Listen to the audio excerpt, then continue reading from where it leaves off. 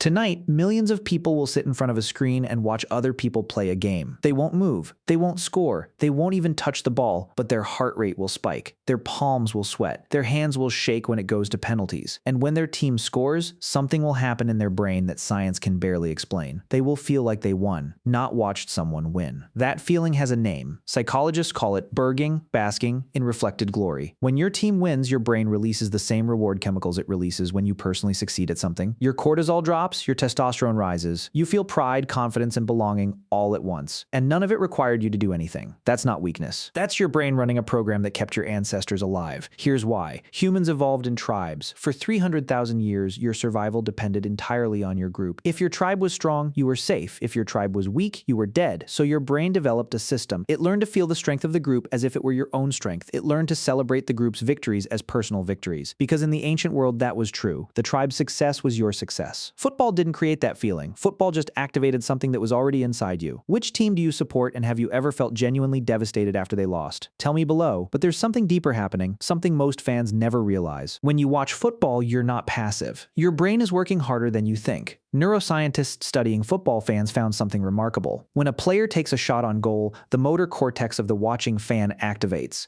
The part of the brain that controls physical movement. Your brain is not watching the player kick the ball. Your brain is kicking the ball. Mirror neurons, the same system that allows you to feel pain when you see someone else get hurt, fire continuously throughout a football match.